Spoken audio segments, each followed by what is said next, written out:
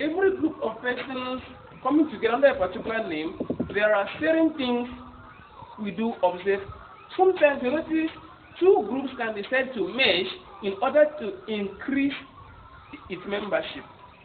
Sometimes a person can belong to two or more different groups for some particular reasons. So this arises what we call the properties or the characteristics of set. That is, what are those things that we see and then we can say this thing is actually a group of persons. This thing is an association. This thing is a group. This thing is an embodiment of humans. So this will lead us to what we call the characteristics or properties of sets.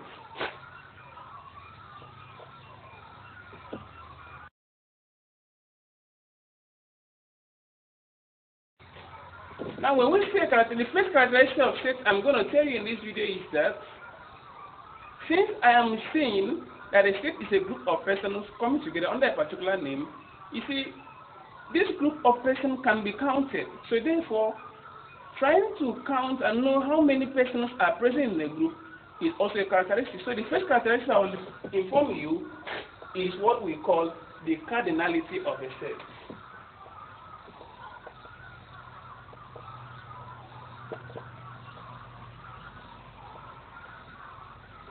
When we say cardinality of a set, it is written as number of elements present in a set. You can also say the cardinality of a set is the census of any group.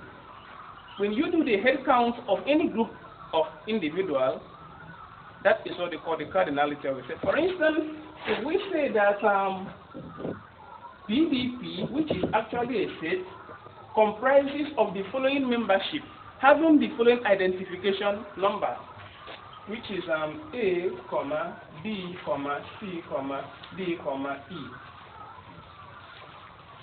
Now, if you want to count the number of persons present in this group, we see that clearly we have 1, 2, 3, 4, 5. So there are 5 persons present in this very group. So we can therefore conclude that the cardinality of PDP is equals to 5.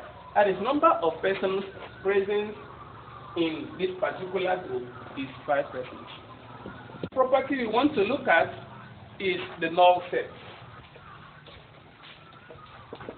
When we say null, it means a set that comprises of no elements.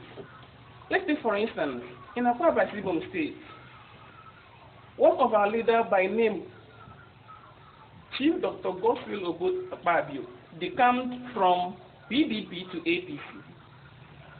If it was possible that all the PDP members decamp to a point where there is no person found in the party PDP, we therefore say that PDP is a null set. So a null set is any group of persons where the membership is not there. Maybe if something happened and the membership of that group is not found there, for instance, as a result of decamping, if that was a political party, then what we have there is a null set. The symbol for a null set is pi. Or you can use this. You draw braces, but you don't put any element inside. So we can use this for null set, or we can use this for null set. But if you write like this is not a null set. This is a set that has one element. So we say that a null set is any set that contains no element. Let me give another typical example. If you establish a school and you register it, that school is a set. The point where that school has no students, you can see it is a null set. A set comprising of no element at all. Now, another type of set, property of set I want to look at is called the singleton set. Number 4 is the singleton.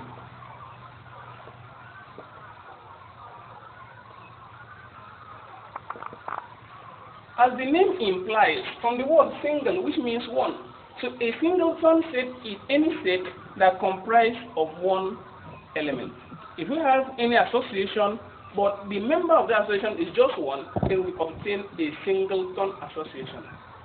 For instance, if a particular political party encounter a situation whereby the members decamp and it remains only one person, therefore that party becomes a singleton political party.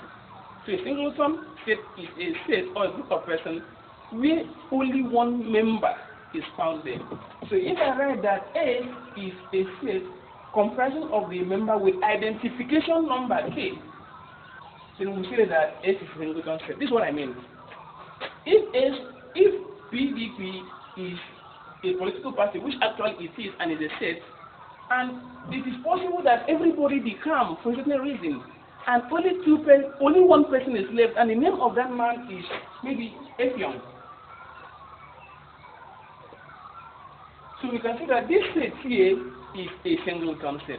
Now, if Effiong was given the identification number to the say K, we can therefore write that the set PDP is a set comprising of the element K, and that's called a singleton set.